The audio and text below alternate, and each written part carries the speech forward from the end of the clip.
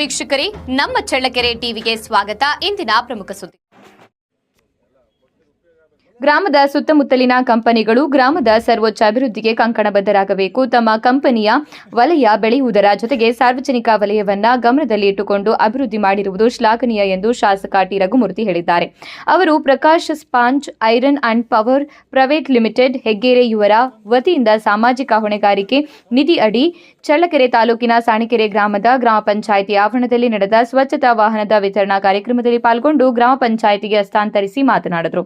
ಈ ಸಂದರ್ಭದಲ್ಲಿ ತಾಲೂಕು ಪಂಚಾಯಿತಿ ಕಾರ್ಯನಿರ್ವಾಹಕ ಅಧಿಕಾರಿಗಳಾದ ಶಶಿಧರ್, ಗ್ರಾಮ ಪಂಚಾಯಿತಿ ಆಡಳಿತಾಧಿಕಾರಿಗಳಾದ Ramesh, Prakash sponge iron and power private ಲಿಮಿಟೆಡ್ನ ಅಧಿಕಾರಿಗಳಾದ ಮಂಜುನಾಥ್, ರುದ್ರಪ್ಪ, ಗ್ರಾಮ ಪಂಚಾಯಿತಿ ಸದಸ್ಯರುಗಳು, ಮುಖಂಡರುಗಳಾದ ಪ್ರಸನ್ನಕುಮಾರ್, ನಾಗರಾಜ್, ದರ್ಶನ್, ವೀರಣ್ಣ, ಲಕ್ಷ್ಮಣ, ಮಹಾಲಿಂಗಗೌಡ, ನಾಗರಾಜ್, ಮುಖಂಡರು, ಕಾರ್ಯಕರ್ತರು ಹಾಗೂ ಸಾರ್ವಜನಿಕರು ಉಪಸ್ಥಿತರಿದ್ದರು.